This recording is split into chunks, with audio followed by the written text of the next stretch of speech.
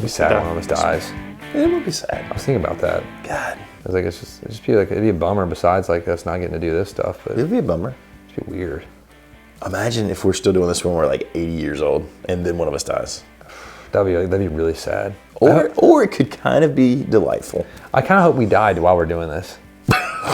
Like one of us has a heart attack and falls over. What would happen? Okay, heart attack. Okay, all right. And it's going to go. Anyway, so right. I hope you enjoyed that little commentary on our impending doom and demise. Our mortality. When we're 80. Next, I was talking to one of my friends the other day, and he's getting ready to turn 70, and he owns one of the best guitar shops out in the country. I'm not going to say who it is, but if you've watched the channel, you probably know who I'm talking about. Probably no. I was like, man, like I get to do this for like, years more. Like 5 Like more 5 more years. years. like decades. Like it's just like, you still love it. I was like, this dude crushes and slays it. Anyway, speaking of old people and technology and not catching up to it, sometimes and good and bad, we have some of our rock stars, iconic and not iconic, that are the live music thing, and like putting music out on new things like TikTok or letting live recordings get out there in the world. Or even just YouTube. Or YouTube, just some of the lives. I mean, Prince was a little bit crazy about it for sure. His estate was nuts. They were a little fascist on like nothing goes out to this new internet thing. I was thinking about Garth Brooks. Yeah, he was kind of crazy too, right? Well, because I would always get these set lists from like country guys I was going to play for, and there would always be Garth Brooks songs, and you literally could not find them. I've had to use the like Garth Brooks tributes on Spotify, where it's like another so artist, odd. It's like, why not be on Spotify or Apple Music or on it? You can't. He's not on YouTube. Just strange. Well, then that's what sort of, and like what spawned this was like the Clapton lawsuit, like against he was suing and the way the news media like portrayed it was so absurd. But I'm gonna read I memorize it, so it's so absurd. Clapton sues and wins suit against 55-year-old widow for selling one bootleg CD for under like €10. On the internet. It might have been 11, but still. Either way. So this woman is now going to have to pay for Clapton's legal fees, which I think are €3,500. And don't get me wrong, like I just don't think she meant anything by it, but I understand his point too. But I don't think he probably knew about this at all. It's probably just his legal team is doing this based on these arbitrary dictates they've been given from the management firms that have not updated to technology of today.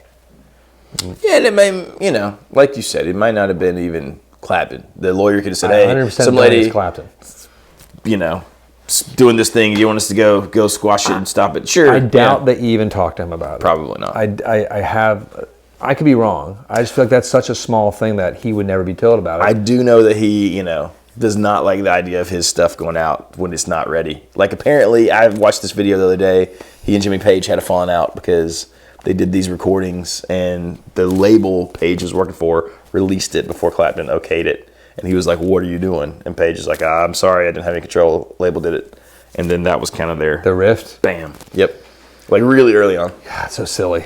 It's So I don't know. That could be totally false. And the Clap thing that's just what spawned our idea. And I see both sides. I think it's absurd that this became a lawsuit thing, and I love Clapton. We all do. A fan, but yeah, that is. Oh, I think it's absurd that I just don't think it meant to. But as we were laughing about the news, how the news doesn't like Clapton right now, so they're definitely gonna like. Oh, it's framed as Clapton spits on old lady. A widow takes all her money. Yeah, but there's a lot of money if she has to pay. I mean, that could hurt you bad. That's like your entire pension for months, maybe.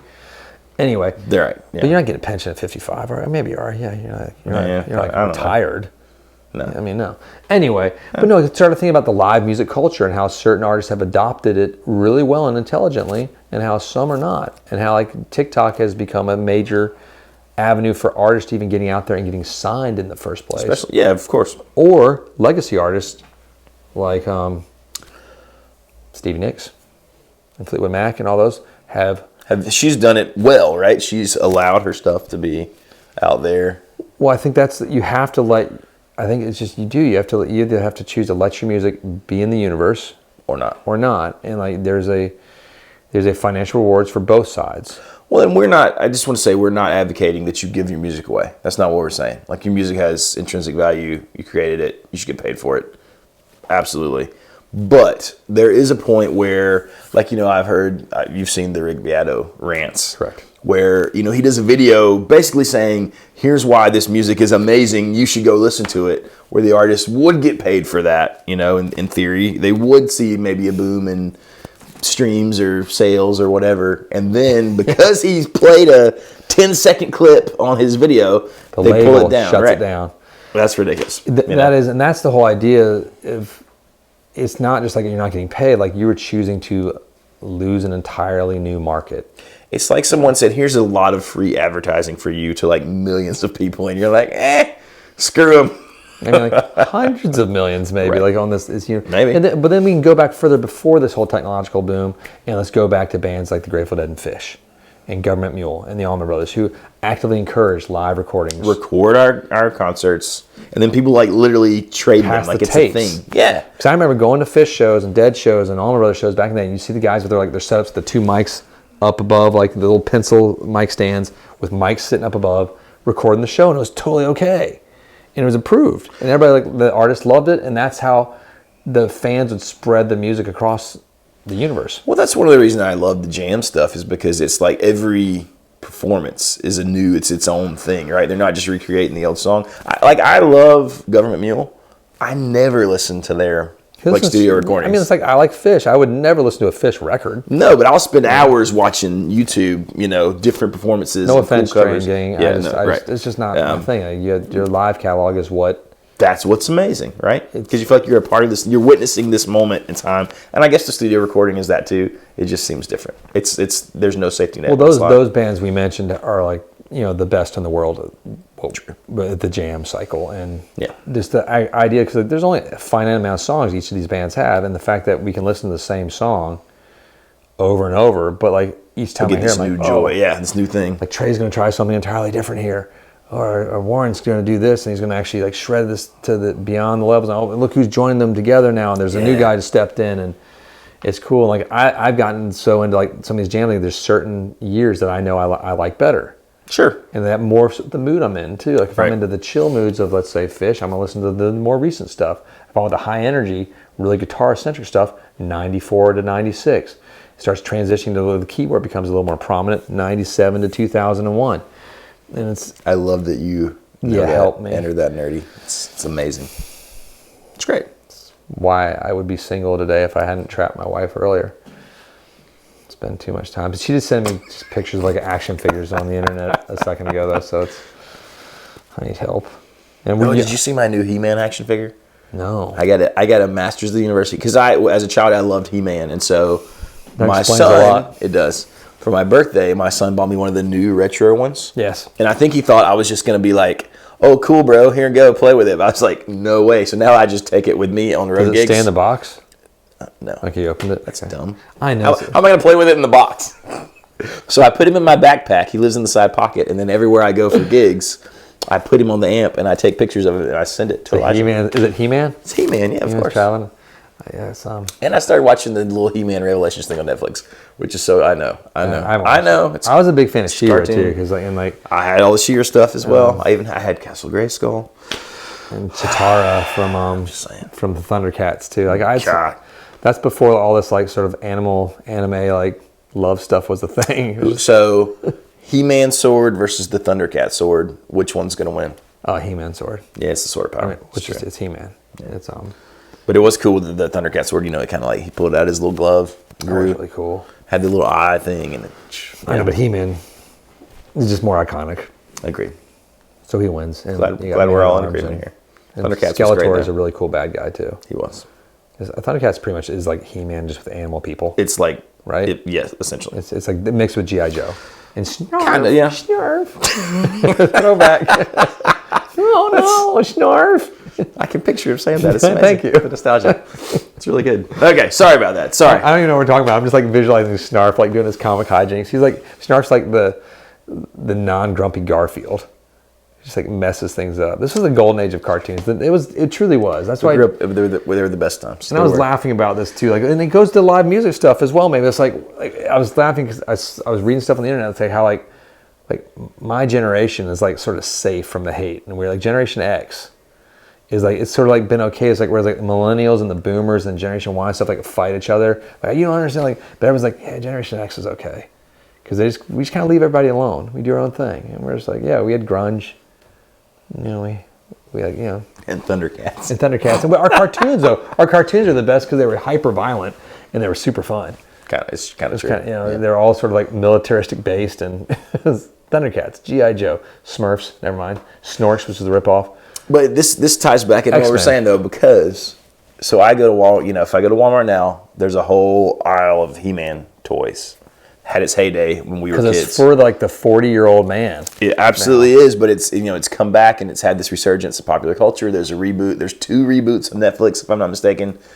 Lots of new revenue. Imagine if the bands who squash that kind of stuff on YouTube or TikTok, if they embrace that. Well, that's what Fleetwood Mac, like when they had one of the biggest like TikTok blow-ups because of that, and then this whole new generation is like, will come like, I like Fleetwood Mac. Like, you never would have heard of this band otherwise, which is neat. You guys heard of this new band? No, I love when kids like, they ask me, I get that asked, have you heard of these? Man, they're really cool. I'm like, yeah, I've heard of that band. That was like when I had, you know, had not been teaching guitar too long when the American Idiot, all the Green Day stuff came out, and I had all these kids, have you heard of this new band, Green Day? They're amazing. Yeah. Like, you need to go listen to Dookie. To Dookie. Yes. I love telling my kids that that's the name of that record. They're like, what? I'm like, yes, if you're in a rock band, you can name your record Poop. Whatever you want to do. It's great. It's true. Oh, that's a whole other conversation about punk and how to stay punk. And that's another thing. If you want to know about that, I have serious thoughts on that. I love that stuff. No, but that's the idea, is like letting your music be in the universe. Let it recycle to this younger generation. And like when I was talking to that one young cat that we know that's like, he's a pretty prominent producer and engineer out there in LA now. He's like, the artists are being found through TikTok. Yeah. And they're doing like a 15-second trial of the single out there to see if it pops off, and then they'll decide if they're going to record it. The single. I mean, that's kind of, I kind of hate it, but it's also kind of brilliant. It's just they have this free marketing machine now that like lets an artist get discovered. It used to be like, you know, my parents are still they'll be like, have you watched the new people on The Voice or American Idol? I'm like, man, nobody gets famous from that anymore. And YouTube just very few people really did, but yeah, because there was a time when they were discovering people. It was the first like 5 seasons had a shot, and then nobody, like The Voice. There's no artist that's famous, right? It's just because it's just too much. It's about the host on that, and there's just too much input. Artists are getting discovered almost organically again, not through reality show, through like you can have an artist that just makes a TikTok and it blows up organically, which is really neat. And you see like then you'll see the TikTok video of them hearing their song blowing up as they film themselves on radio. God, I've not thought about that, but that's TikTok's almost like, you know, you used to believe you could be playing at the bar in Nashville and you get discovered. TikTok has kind of become the bar, the Bluebird. Yeah, right. Or like like later, like, oh man, like my song is like trending right now. Like all of a sudden, like how did that happen? It's because you wrote some cool thing that, like, you know, or you're very attractive. Or you wrote Dick Down in Dallas. I don't know if that trended on TikTok ever, but I think the song is fabulous. We've talked about it before. I can't go back to it. Yeah. I feel like that should be a TikTok hit again. But that's a good thing about it. It doesn't have to be new. No. It can be like 40 years old, 50 years old, and blow up. So it's a new universe. It's a brave new world. And we think as a smart artist, you should probably embrace it. Or not. Or not. Do your thing. Whatever. Maybe you've made enough money. Had enough of fame. And you just want to have complete control over everything and not let it have the organic sort of growth, and it might go wherever it wants to go, and you want to be able to dictate where it goes. I get that. I'm fine with that. Cool. Whatever you want to do. I mean, if you're Led Zeppelin, you can do whatever you want. Pretty much. The Eagles, Led Zeppelin. Yeah, it's different. All the people who like, you know, bam. Take Me Home, Johnny Rob. Country roads, take me home. I don't know why they made me think of that. If John Denver crushes. He does. Anyways, hit like and subscribe if you haven't already. Click that bell. Don't forget to go win the Silver Sky by subscribing and commenting on the video about the Silver Sky. Don't forget our podcast. Don't forget the Great American Guitar Builder Contest. Details on the website. We'll see you next time. See you next time.